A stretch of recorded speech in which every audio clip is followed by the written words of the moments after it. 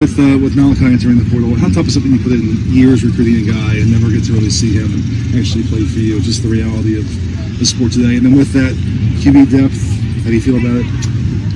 Yeah, that part's difficult. And I think that's why these players are leaving. They see it, they see through the BS, and I'm happy for them. I try not to overhype situations. Believe that or not, I know I'm a professional overreactor, but I don't know how you label this anything more, anything less than USC is just straight up falling apart right in front of our eyes.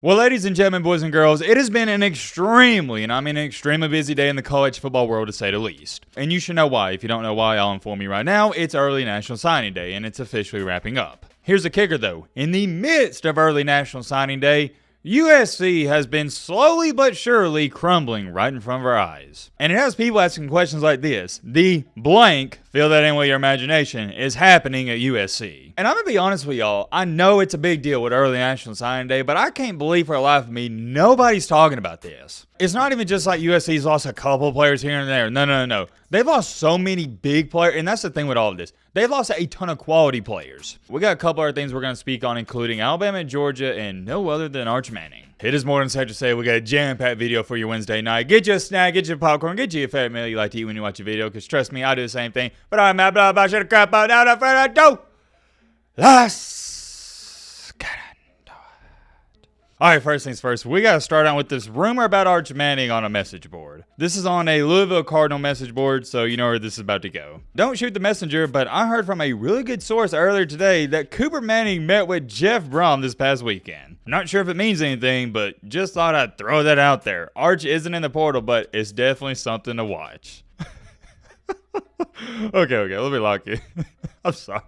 Seriously, come on, man.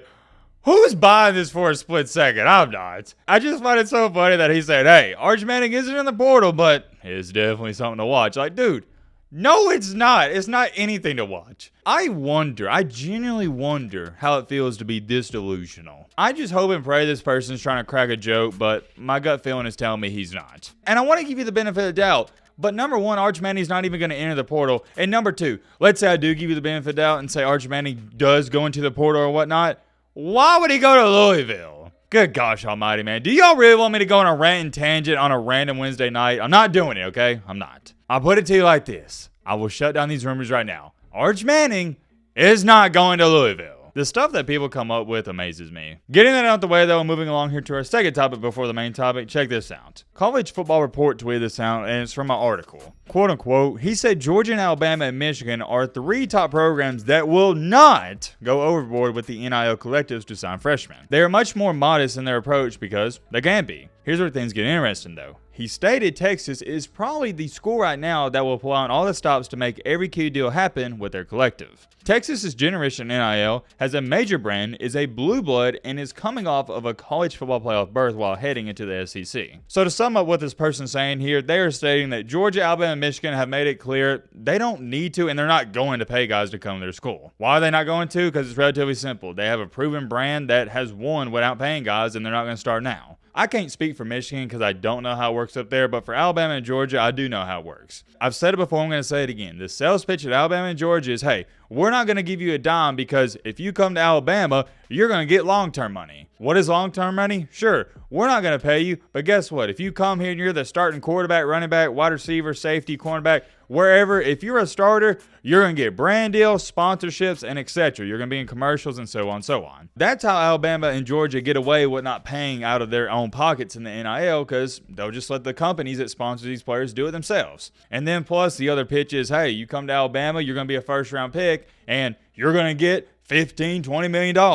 On the flip side of it, this person's saying that Texas, they're not taking the same approach. They're using the NIL. And I'll state this right now before we go any farther. I don't have a problem with it. If that's how Texas wants to get all these top recruits and that's their thing, go right ahead. All power to you. It's illegal. Let's take a look at this comment right here. It's got over 100 likes. So what if we use our NIL resources? Texas is rich and they can, so why not? And I agree. That's just what I said. Or that's what I just said. You get what I'm trying to say. 2, that's not why recruits are coming to Texas. NIL helps, but acting like it's Texas' main selling point is just saltiness. Texas is winning and has a lot going for it right now. That's why kids want to come, and I agree as well. But here's my thing, and I don't know too much about Texas and their NIL, so if you know anything, please fill us in the comment section. I really don't know how much NIL is actually helping out Texas, because I think even without it, they'd still have a top 10 recruiting class easily. I don't know. Maybe it is helping out a lot. Maybe it's not. Let me know in the comment section. I would love to talk about that some more, but we got to get a move on to the main topic of the main encore, the main reason you clicked onto this video. What in the world is going on with Lincoln Riley and USC? For starters, we got to bring this up, and it seems like this was a start to a domino effect. Five-star quarterback Malachi Nelson,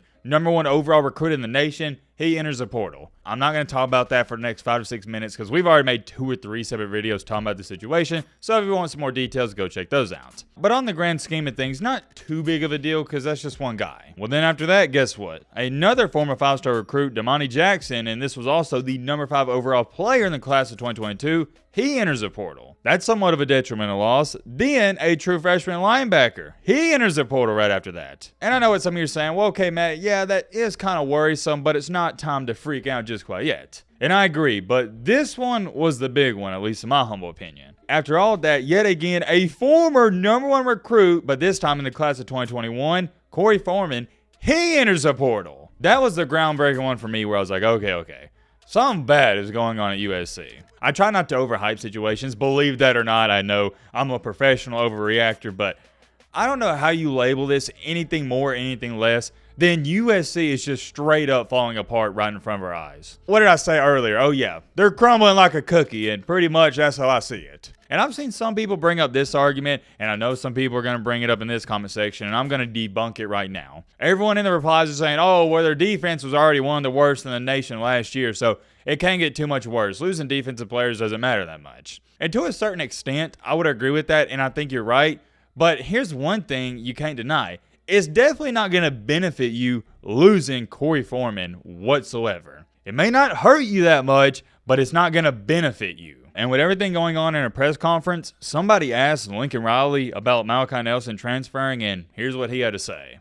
With Malachi entering the portal, how tough is it when you put in years recruiting a guy and never get to really see him actually play for you? Just the reality of the sport today. And then with that QB depth, how do you feel about it? Yeah, that part's difficult. All right, look, I'm going to pause it right there. Before we go any farther, and by the way, I haven't even seen the rest of this video clip. I saw like the first 5 or 10 seconds before this video.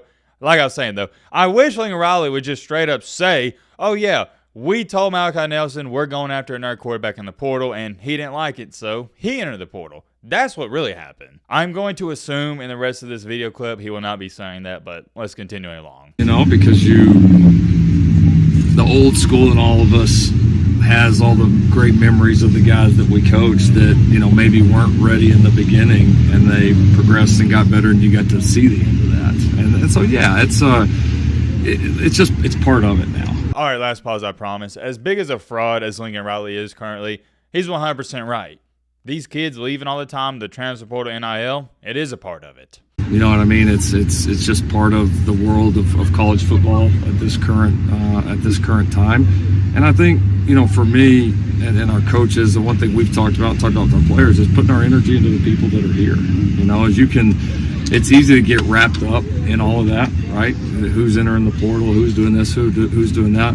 The reality is every college football program in the country is dealing with it, and we can either put all our attention into, you know, who's doing this, who's doing that, or we can put our energy into the guys that are out here working and competing and getting ready to go play in this game. And that's and to our future recruits. And that's, you know, kind of that's been our message. So and that's been our kind of message, not just to the team but to ourselves as well. And so yeah, you'd love every guy to come through and be able to see it through, but that's just not the reality right now. Quarterback depth, I mean, you know, Miller start the game, and then Jake will be the number 2. So pretty much all throughout this video, we just got a bunch of coach talk of him saying, yeah, that's just the new reality. And yeah, he's right. But yet again, I'm going to go back to this. I wish he would be more transparent and say, hey, we went after a new guy in the portal, or we're currently going after some new guys in the portal. And he wasn't too fond of that, so he left. But getting back on track here at USC losing all these other players, here's my thoughts on that. I stated this in the offseason. If Lincoln Riley does not win a championship this year with Caleb Williams, he will never win a championship in his coaching career. I thought this was the best opportunity he was going to have from here on out, and I think from here it's going to be a downhill slope. Because at Oklahoma, we saw it. He had a terrible defense and great offense, and what did we do, or what did everybody do pretty much? We just said, oh yeah, He's a great offensive coach. Defensive coordinator's not that good, and we put the blame on the defensive coordinator, the defensive players, everyone but him. But then he goes to USC, and the same thing happened. And what made it look even worse is Oklahoma's defense has improved mightily since he's left. This most recent year was a very bad look for Lincoln Riley, and it's a combination of two.